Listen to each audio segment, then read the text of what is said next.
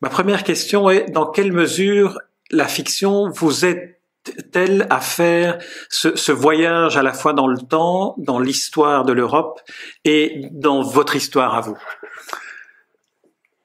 La fiction donne d'abord une plus grande liberté.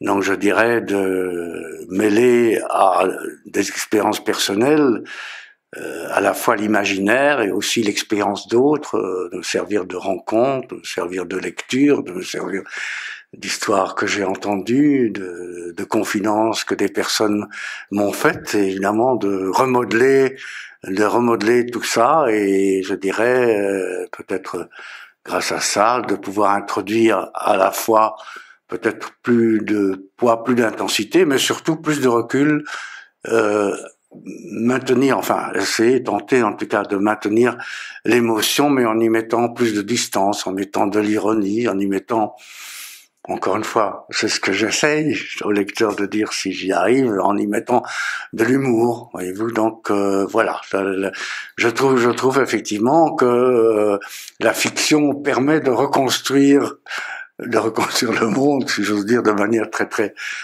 prétentieuse, mais en même temps de le rendre plus accessible, de traverser des portes. Enfin, je veux dire, effectivement, l'imagination permet de surmonter éventuellement l'absence d'information ou l'absence de connaissances en inventant des situations. Et encore une fois, avec l'intention en prenant une certaine distance, d'avoir un peu plus d'ampleur, peut-être. Mais tout ça me paraît très prétentieux venant de la part d'un auteur, et tout ce que j'exprime là, c'est malheureusement peut-être pas le roman lui-même, ce sont mes intentions. Alors on va entrer dans le roman. Alors le titre contient déjà deux éléments fondateurs de ce livre, de cette histoire, le cinéma et Saul Birnbaum.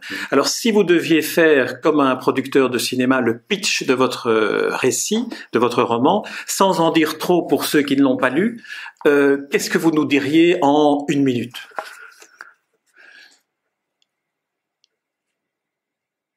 C'est l'histoire d'un jeune garçon qui a la malchance de naître à Braunau am Inn, la ville natale d'Adolf Hitler, le 12 mars 1938, il y a exactement 75 ans.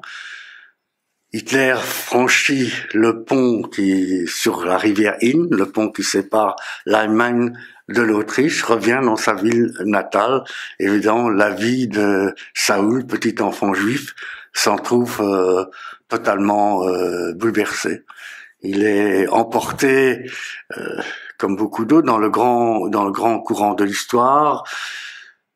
Il sera pendant la guerre enfant caché, et ce qui d'une certaine façon lui permettra de surmonter les problèmes de sa vie, de se construire, c'est la découverte du cinéma. Alors si je faisais un pitch plus court, je dirais que c'est le rêve de cinéma d'un enfant caché.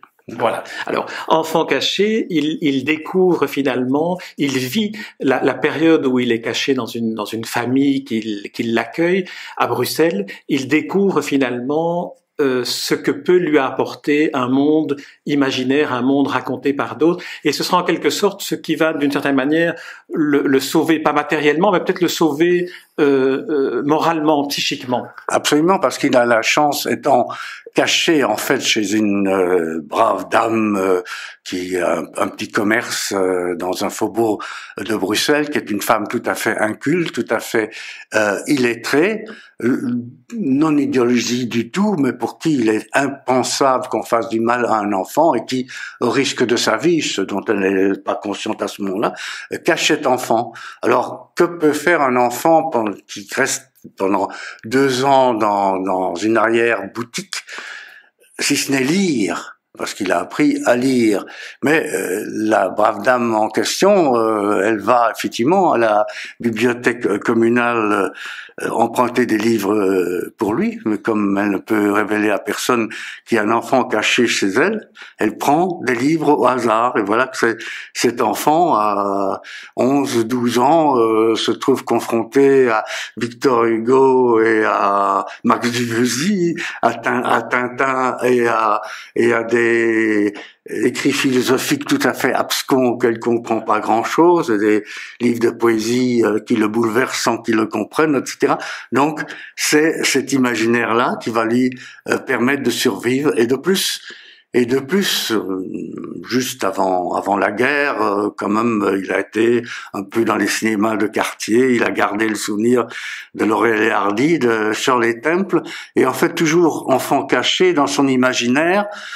Il reconstruit des films, il s'invente le métier de scénariste. Il connaît évidemment ni ce métier-là, ni même le nom de ce métier-là, et donc il met Laurel et Hardy en scène dans sa cachette. Et donc ce rêve de cinéma va le poursuivre, mais la vie matérielle ne va pas lui permettre d'endosser cette profession-là. Il est descendant d'une famille de restaurateurs. À Brno am Inn, son papa tenait un restaurant. Et en fait, un jour à New York, il va ouvrir un Delicatessen. Et comme ce Delicatessen se situe dans un quartier en pleine ébullition dans les années 60, le East Side Village, où effectivement il y a la Flower Generation qui prend le dessus, et le voilà confronté à un monde d'artistes, de créateurs qui viennent dans son Delicatessen, et parmi ceux-là, il y a un jour un auteur qui plus tard deviendra célèbre, qui à l'époque est fauché et lui laisse en guise de paiement un scénario, enfin une nouvelle plutôt, dans laquelle notre Saoul n'attache aucune valeur, si ce n'est que, au fond, ce rêve de cinéma, il l'a pas tout à fait abandonné, il le reporte sur son neveu qu'il a abandonné, John, et au fond, il pousse ce neveu, au fond, on n'a aucune ambition, il le pousse à filmer, et au fond, le neveu va filmer des bar mitzvahs, des mariages juifs, des communions catholiques, etc., etc. Donc, devient un technicien habile, et Saoul veut à tout prix en faire un cinéaste, le cinéaste que lui n'a pas pu être. Et par conséquent, arrive un jour, par les contacts qu'il a établis à son Delicatessen, à convaincre une star de cinéma et de monter donc une production à partir de cette histoire un peu fauchée, et de faire un film un peu fauché d'ailleurs. Et puis alors là, on entre dans une autre dimension du récit, qui est la dimension le cinéma de Saul Birnbaum, qui vous permet aussi, Henri Rohan Rosenblatt, d'entrer un peu, mais avec l'humour un peu détaché que vous parvenez à transcrire dans l'histoire, à entrer dans les méandres, dans les arcanes des financements du cinéma américain et aussi des politiques européennes de soutien au cinéma, qui sont finalement des politiques et des pratiques que vous connaissez bien et que vous réintégrez dans le roman, ce qui les rend compréhensibles et en même temps assez fascinantes. Par exemple, racontez-nous comment Dustin Heyman, qui est cette star du cinéma, qui a joué dans des films notamment où il joue le rôle d'un personnage autiste, pour ne pas dévoiler qui se cache derrière ce Dustin Heyman, finalement ça l'arrange bien de prêter son nom à un film fauché dont il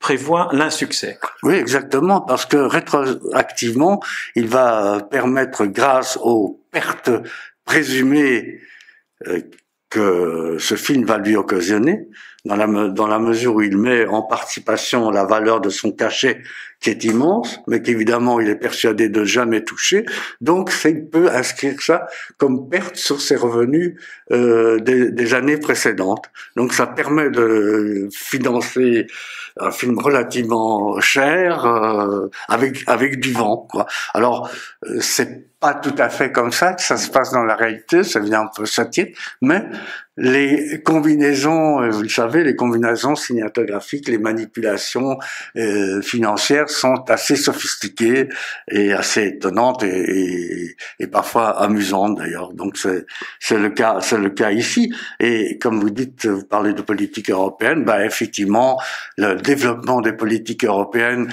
provoque l'irritation de Hollywood et Hollywood décide de boycotter le festival de Cannes pour contrer les aides européennes. Et voilà que grâce à cet événement-là, à cet incident-là, ce film fauché va être sélectionné pour Cannes, puisque bon, faire Cannes sans film américain, c'est une catastrophe. Donc voilà que notre film ira à Cannes, et donc le rêve de cinéma de Saul Birnbaum jusqu'à un certain point va s'accomplir. Et alors, dans cette, épisode cannois, cela vous permet de faire replonger le personnage de Saul Birnbaum dans les souvenirs, dans la mémoire de ce qu'il a vécu, et notamment avec un personnage très attachant qui est celui de Hilde, mais dont vous ne pouvez pas dire tout, mais dites-en quand même un peu sur ce personnage de Hilde qui fait revenir finalement Saul Birnbaum dans son enfance autrichienne. Oui, mais effectivement, alors la nostalgie que Saul pendant un certain temps a gardée de sa ville natale tient au fait que au jardin d'enfants, il a connu ce coup de foudre qu'on peut avoir à 5-6 ans. Il est tombé amoureux d'une petite fille qui s'appelle Hilde Hitler et dont en 1938, par la force des choses, il va s'apercevoir qu'elle est la nièce d'Adolphe, le nouveau Führer, et donc la vie va les séparer. Et d'une certaine façon, elle aussi, marquée par ce nom, marquée par cette famille, va avoir, je dirais de manière parallèle à ce qui arrive à Saül, sa vie bouleversée et conditionnée, alors qu'elle n'a pas plus choisi d'être Hitler, que lui n'a choisi d'être Saul Birnbaum, descendant de juifs polonais. Et là, dans une fantaisie de créateur que l'on va pas dévoiler ici, vous faites finalement de cette Hilde une sorte de miroir inversé de ce qu'a été Saül. Mais on n'en dira pas plus parce qu'on est un peu dans une approche comme le film La vie est en fête, qui racontait l'histoire de ce camp de concentration vu à travers les yeux d'un enfant. On peut inverser tout à fait une réalité, mais j'aimerais qu'on revienne peut-être sur le style, sur la manière dont vous racontez l'histoire, l'humour, la distance que vous prenez par rapport à certains événements tragiques, vous permet finalement de les restituer avec une émotion qui est pure, qui est réelle et qui est sincère. Est-ce que tel est le cas? Est-ce que la manière de raconter permet finalement d'arriver à une forme d'émotion pour surmonter ce qui doit être raconté? Oui, je crois, parce que les événements que Saül a vécu, comme malheureusement des centaines de milliers d'autres, sont tellement dramatiques, sont tellement intenses, que ça pourrait facilement virer au mélodrame. On pourrait essayer de faire pleurer, le spectateur, ou enfin en l'occurrence le lecteur à chaque tournant de page. Et je trouve que là l'émotion trop forte, enfin poussée à l'excès, occulte les choses d'une certaine manière, permet de s'en écarter davantage. Je parle maintenant du lecteur, alors que l'humour permet une approche et peut-être une perception des événements plus, comment dire, plus convaincante, quoi. Hein, encore une fois, je pense que là, là, c'est ce que je crois du roman en général, c'est que là, effectivement, la fiction permet, encore une fois dans mon cas, c'est ma tentative de comprendre des événements, mais à travers l'anecdote, en quelque sorte, en évitant le discours, en évitant l'analyse, en évitant les considérations idéologiques. Bon, en tout cas, là, ce que j'essaye de faire, c'est un roman qui bouge. Il y a beaucoup de choses qui se passent. Les événements succèdent aux événements. Donc, d'une certaine façon,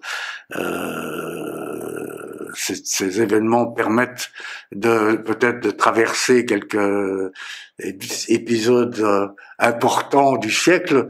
Y compris la révolution culturelle en Chine. Oui, parce qu'on va à Shanghai aussi. J'avais oublié cet épisode-là. Oui. Donc le roman voyage. Je dois ajouter entre parenthèses que évidemment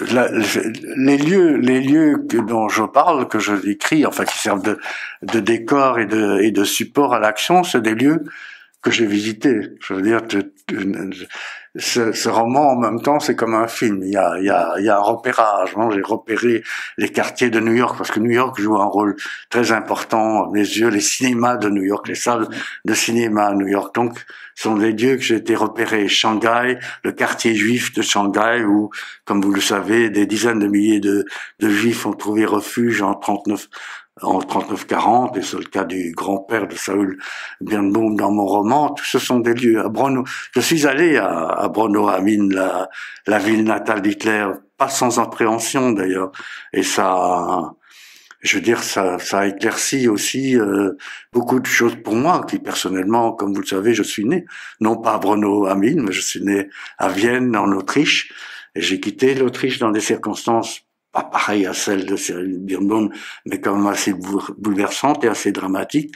Et je veux dire que ce voyage à Braunau m'a mieux permis de comprendre aussi comment des gens ont pu s'emballer pour le nazisme, et comment de bonne foi, si j'ose dire, et ça c'est le plus effrayant, des gens de bonne foi, des gens quelconques, des gens très gentils, peuvent s'embarquer dans des entreprises absolument monstrueuses. Ce ne sont pas des monstres, mais ils participent, manipuler, ils peuvent participer à des choses absolument effrayantes. Mais peut-être que là, je m'écarte. Mais je me souviens parce qu'on s'était rencontrés au fil de l'écriture de ce livre et des repérages que vous avez faits.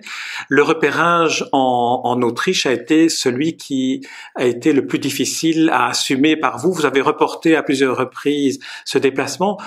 Aujourd'hui, qu'est-ce que vous pensez que ce voyage, les rencontres que vous avez fait sur place, vous a apporté ou a finalement libéré en vous?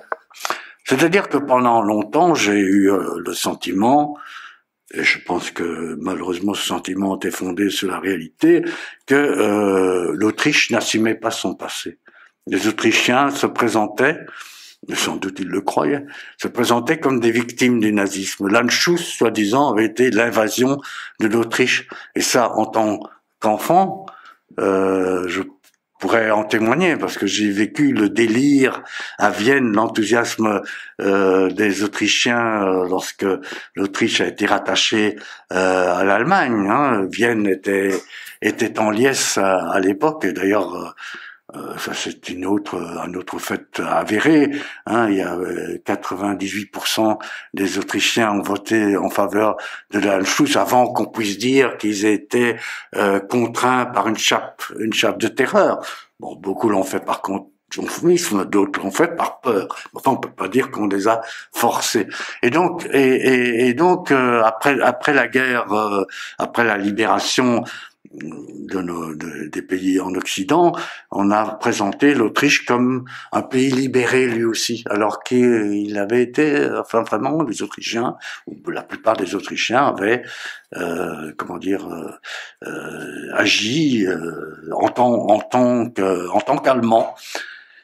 Et donc j'avais une certaine rancœur, autant je trouve effectivement, bon, arrivé, pour des raisons professionnelles, de retourner régulièrement en Allemagne. Je trouve que l'Allemagne a fait un travail extraordinaire de mémoire, les Allemands ont assumé la responsabilité du passé, dont évidemment on peut pas accabler les gens aujourd'hui, mais simplement d'avoir reconnu, d'avoir intégré cette partie de l'histoire. Les Autrichiens ne l'avaient pas fait. Et je restais sur cette impression-là. Et puis effectivement, ce voyage, et donc c'était une des raisons pour lesquelles, vous voyez, Brno, ça m'apparaissait comme un lieu sinistre. Brno égale Adolf Hitler, égale les nazis, les néo-nazis, etc. Donc je suis allé effectivement avec les pieds de plomb. Et puis bon, j'ai rencontré là-bas des gens un certain nombre de gens qui nient pas du tout ce qui s'est passé, qui nient pas la responsabilité de l'Autriche et des Autrichiens, mais qui en même temps ont pris le recul par rapport à ça, qui à juste titre ne peuvent pas être tenus pour responsables de ce qu'ont fait ou de ce qu'ont accepté leurs grands-parents ou leurs parents. Et donc ça, j'en ai pris conscience en étant sur place, une fois de plus. Rencontrer la réalité, rencontrer les gens dissipe des malentendus, des rancœurs et des fantasmes. Et c'est ce qui il pour moi d'ailleurs, puisque à Brno, il y a, bon, c'est intégré quelque part dans ma fiction, il y a chaque année des grandes rencontres historiques où on analyse, plus nécessairement évidemment les événements de 1939, mais les phénomènes d'histoire contemporaine à la lumière effectivement de ce qui a pu se passer à l'époque en Autriche. Donc il y a une acceptation et une compréhension. Et donc, encore une fois, on peut plus aujourd'hui tenir les gens pour responsables d'événements passés. Depuis votre départ d'Autriche, vous avez vécu la plus grande partie de votre vie en Belgique. Est-ce que les chapitres consacrés à l'enfant Saul Brno à Bruxelles vous ont appris quelque chose, ou est-ce qu'ils ne vous ont pas plutôt permis de commémorer ce qui vous a permis, à vous, Henri Rohan Rosenblatt, de survivre grâce à la générosité de cette dame qui vous accueille?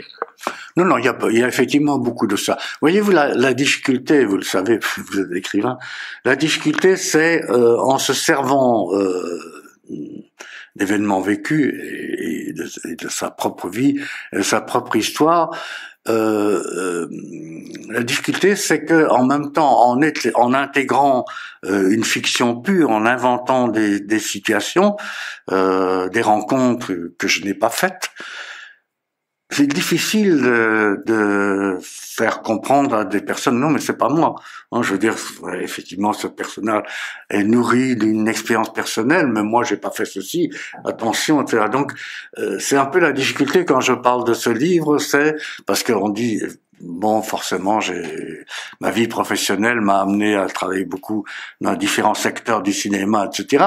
J'étais, vous le savez, critique de cinéma, et donc à partir du moment où j'écris un roman dans lequel le cinéma joue une telle place, les quelques personnes qui peuvent me connaître ont tendance à penser, que c'est mon histoire. Alors c'est inspiré de mon histoire, et peut-être c'est ça, s'il y a une sincérité là-dedans, ça vient sans doute de ce qu'elle est nourrie de cette expérience-là, mais en même temps, j'ai essayé, c'était pas un effort, c'était ma tendance naturelle d'aller au-delà. Et encore une fois, comme je l'ai au début, de me servir aussi de choses vécues par d'autres, de choses entendues, et ainsi de suite. Donc, c'est dans ce sens-là, effectivement, que le fait d'écrire une fiction fondée sur des expériences personnelles me permet à la fois de mieux comprendre ce qui m'est arrivé et en même temps de prendre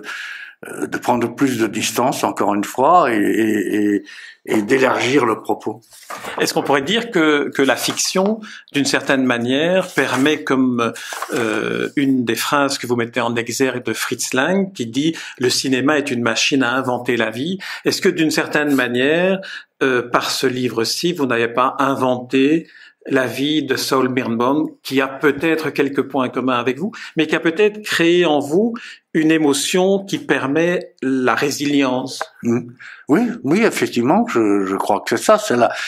En fait, j'aime bien que vous utilisiez ce mot parce qu'évidemment, si je le dis d'emblée, ça fait peur. Bon, c'est un roman psychologique, intellectuel, etc.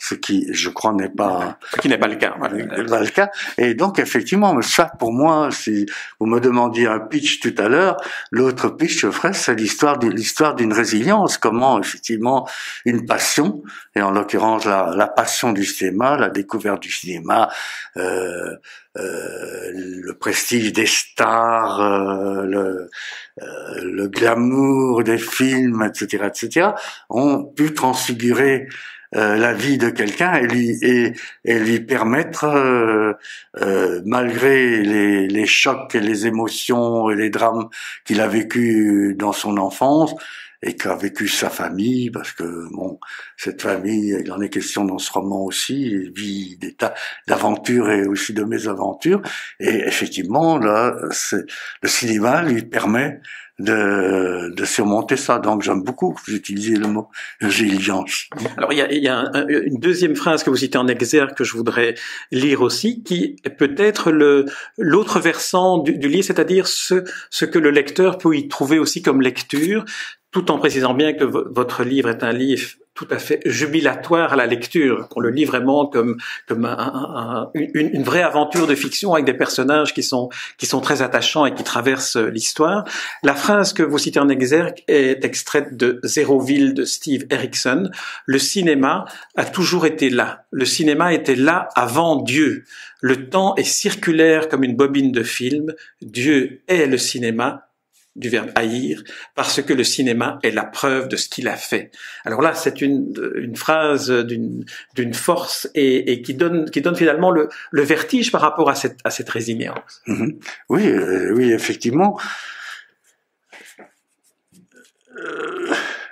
Comment dire, oui, notre vie est un film, et il y a un metteur en scène un peu fou, qui crée des situations absolument invraisemblables, absolument abominables. Alors si Dieu est ce metteur en scène là, bon, on peut s'interroger, je m'interroge, et effectivement, et si ce personnage existe, il doit pas être très très fier de son film. Comme disait Stendhal, la seule excuse de Dieu, c'est qu'il n'existe pas. C'est ce qui permettait peut-être à Stendhal de se consoler de ce qu'il a lui-même traversé comme épreuve dans sa vie. Alors, dernière question, on a beaucoup parlé de cinéma dans le roman. Il se fait que, et c'est bien la preuve que c'est un livre qui a des qualités narratives et qui se lit comme un thriller, qui se lit vraiment sans qu'on ne lâche la lecture. Un producteur s'intéresse à la réalisation d'un film inspiré du cinéma de Saul Birnbaum. Alors, est-ce qu'il n'y a pas là un danger à faire un film sur un roman qui parle aussi de cinéma? Comment est-ce que vous verriez l'adaptation cinéma de ce livre? Eh bien, pour l'instant, je ne peux pas, parce qu'il y a des pourparlers qui sont en cours pour ce qui concerne le futur scénariste et les partenaires. Donc, je suis pas autorisé pour l'instant à entrer dans les détails. Mais en tout cas, il y a une chose que d'emblée j'ai dit au producteur: tu oublies le roman. Tu oublies le roman, il y a là un matériau et tu en fais ce que tu veux. Et j'ai d'ailleurs, au départ, on m'a proposé d'être le scénariste. Et j'ai dit non, il faut quelqu'un qui utilise ça comme des éléments de la vie qu'on recueille, à partir de laquelle on construit son propre scénario. Et j'ai ajouté que surtout, à mon avis, il fallait que ce soit quelqu'un de jeune qui a pas... Moi, j'ai 81 ans. J'ai vécu une partie de ces événements. Encore une fois, pas littéralement tel que ça roule. C'est un fixe qu'on a. Cette période, je l'ai traversée, et je trouve réellement ce qui est intéressant, c'est qu'elle soit vue, transformée et transcendée par le regard de quelqu'un de plus jeune. Et je dirais que si moi j'avais encore une fois, à écrire ce scénario que je n'écrirai pas parce que je ne vais pas vivre toute ma vie en compagnie de Saul Birnbaum.